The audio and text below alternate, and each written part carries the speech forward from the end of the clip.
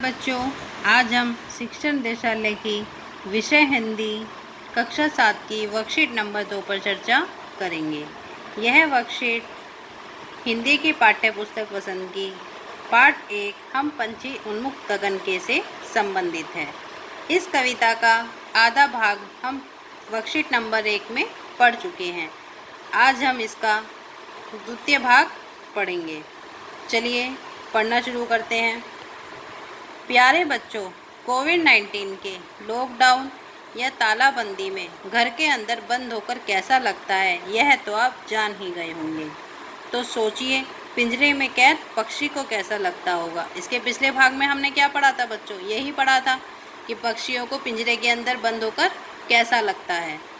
आइए इसी बारे में जानते हुए कविता हम पंछी उन्मुक्त गगन के का दूसरा भाग पढ़ते हैं। यह कविता शिव मंगल सिंह सुमन द्वारा रचित है। तो इस कविता के कवि का नाम क्या है? शिव मंगल सिंह सुमन।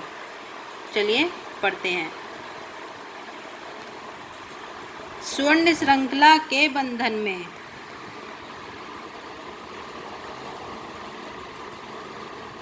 स्वर्ण श्रृंखला के बंधन में अपनी गति उड़ान सब भूले, बस सपनों में देख रहे हैं तरु की फुनगी पर के झूले। स्वर्ण श्रृंखला यानी कि सोने की जंजीरें। यहाँ पे सोने की जंजीरों से मतलब क्या? सोने के पिंजरों से।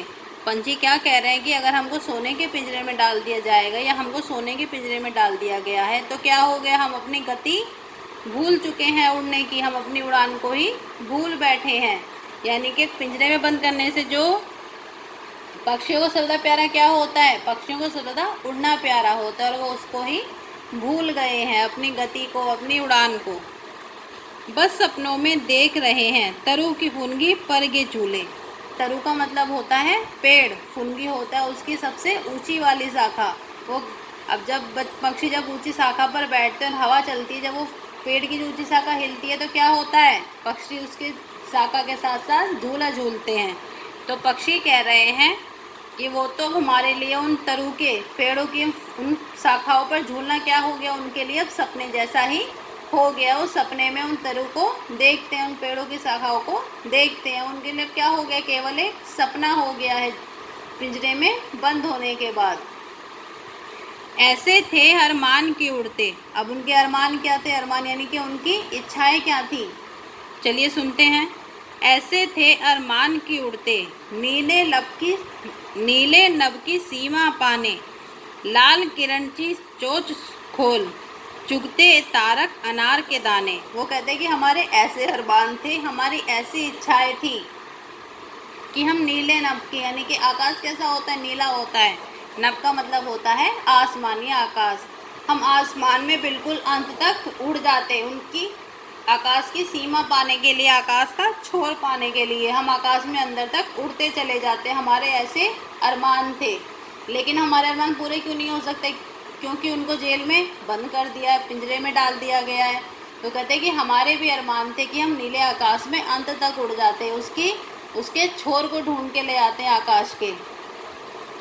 लाल किरण से चोंच खोलकर, वो अपने चोंच को कैसे बोल रहे हैं कि जैसे सूरज की जो किरणें होती हैं लाल सी, हम अपने चोंच खोल करके जो आकाश में तारे होते हैं। यहाँ पे तारों की तुलना किससे की गई है? तारों की तुलना की गई है अनार के दानों से, कि हम अपनी चोंच को खोल करके क्या कर लेते हैं? उन तारों को खा जाते। अनार के दाने की तरह हम उनको खाने का अरमान रखते थे।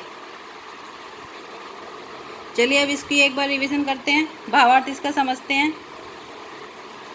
कि शिव मंगल सुमन क्या कहना चाहते हैं। कवि कहते हैं कि पक्षी सोने की जंजीरों के बंधन में बढ़कर, तो उनके लिए वो जंजीरें क्या हैं? बंधन की तरह, उसमें वो क्या हो गए हैं? बंध गए हैं। बंधन में पड़कर अपनी चाल और उड़ने का ढंग सब भूल जाते हैं। फिर पिंजरे में पड़े पड़े पेड़ों की शाखाओं पर झूला झूलना बस क्या रह गया? झूला झूलने का बस सपना ही देखते रहते हैं। जबकि पक्षियों की इच्छा या अरमान तो खुले आकाश में उड़ने के हैं। तो पक्षियों की क्या इच्छा होती है? कि वो खुले आकाश में अंदर आगे तक, छोर तक उड़ जाएं। लेकिन अब वो क्या होकर रह गया? उनके लिए केवल एक सपना बन करके रह गया है। वे उड़ते हुए आसमान की सीमा को छूना चाहते हैं। क्या करना चाहते हैं? वो सीमा को छूना चाहते हैं, यानी कि जब तक सीमा नहीं मिल जाती आकाश का, छोर नहीं मिल जाता, वो आकाश में उड़ते चले जाना चाहते हैं।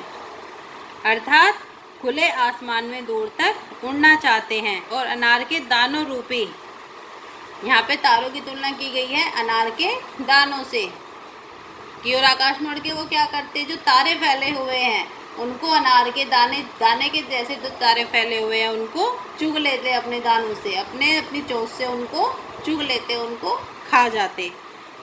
तो आसमान में दूर तक उड़ना चाहते हैं और अनार के दानों रूपी आकाश के तारों को चुगना चाहते हैं। तो क्या करना चाहते हैं?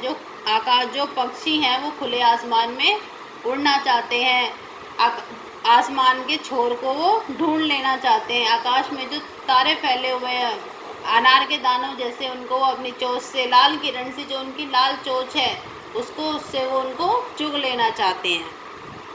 चलिए अब इनके प्रश्न उत्तरों को एक बार देख लेते हैं कि क्या प्रश्न इसमें पूछे गए हैं। पक्षी सोने की जंजीरों में बंधकर क्या भूल जाते हैं? बहुत आसान है, अपनी उड़ान भूल जाते हैं, अपनी गति भूल जाते हैं। इसमें आप लिख सकते हैं कि अपना उड़ने का ढंग भूल जाते हैं और अपनी गति भी भूल जाते हैं। पक्षियों के क्या अरमान हैं? अभी हमने पढ़ा पक्षियों के अरमान है कि वो खुले आकाश में अंत तक उड़ जाएं, खुले आकाश के सिरे को ढूंढ लें। या भी लिख सकते हो कि वे उड़ते हुए आसमान की सीमा छूना चाहते हैं। ये जो है पक्षियों के क्या अरमान है? पक्षियों के अरमान है कि वे उड़ते हुए आसमान की सीमा को छू लें और अनार के आसमान में दूर तक उड़ना चाहते हैं और अनार के दानों रूपी तारों को वो चुगना चाहते हैं। ये उनके अरमान है पक्षियों के। अगला प्रश्न है, पिंजरे में पड़े पड़े पक्षी क्या सपने देखते हैं? अभी हमने पढ़ा पिंजरे में पड़े पड़े पक्षी जो हैं पेड़ों की ऊंची शाखाओं पर झूला झूलने के सपने देखते हैं। दोबारा से मैं रिपीट करती हूँ, पेड़ों की ऊंची शाखाओं पर झूला झूलने के सपने देखते हैं। अगला प्रश्न है, वे अपनी चोंच से क्या क्या करना चाहते हैं? क्या करना चाहते हैं वे अपनी चोंच से तारक रूपी, जो तारे के जैसे जो तारक रूपी अनार के दाने चुगना चाहते हैं वे अपनी चोंच से। इसका उत्तर आप यहाँ से लिख सकते हैं। ये जो है अनार के दानों जैसे, ये अनार रूपी का मतलब होता है जैसे, अनार के दाने जैसे जो आकाश के तारे हैं उनको चुगना चाहते हैं अपनी चोंच से।